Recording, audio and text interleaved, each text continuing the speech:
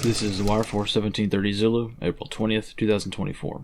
Precedence is routine, information cut off at 1630. Bottom line up front. Australia cracks down on dissident speech regarding stabbing attacks. Fire incidents continue in Canada. Beginning with international events, in Canada, a fire broke out in the control tower of the Old Goose Bay Airport in Newfoundland and Labrador. Evacuations were ordered as the fire approached nearby storage facilities housing explosive materials. The cause of the fire has not been publicly released. In Australia, following the stabbing attacks in Sydney, several crackdowns have been reported, including raiding the homes of those who demonstrated outside the Christ the Good Shepherd Church, where Bishop Marmari was stabbed a few days ago. Additionally, authorities have been instrumental in censorship and the control of information regarding recent events, with New South Wales Police Commissioner Karen Webb deliberately stating, quote, "Police will be the source of truth," end quote. On the home front in Washington, D.C., Title IX of the Education Amendments of 1972 has been altered significantly, removing almost all of the former protections for women under this law. This highly controversial move means that there will be no separation of any kind between men and women within the context of the educational system, including restroom and locker room use, sporting events, scholarships, etc.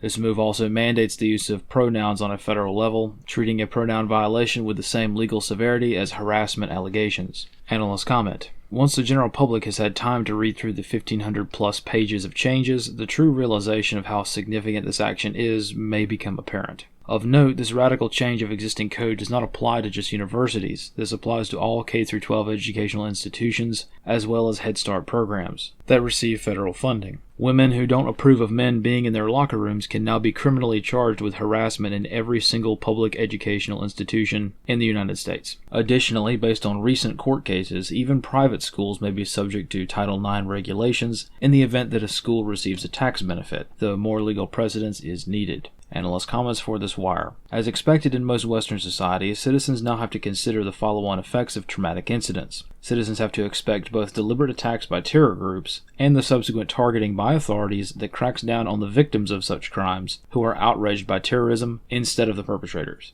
Somehow, even in 2024, this is a controversial idea, but true nonetheless, and an unfortunate planning factor for populations post-incident. Being aware of the potential for horrific incidents is important enough, but equally important is being aware of the atmospherics post-incident, and the potential for authorities to take advantage of the crisis to make good on long-standing desires to implement more strict policies. This concludes the Wire for 1730 Zulu, April 20th, 2024.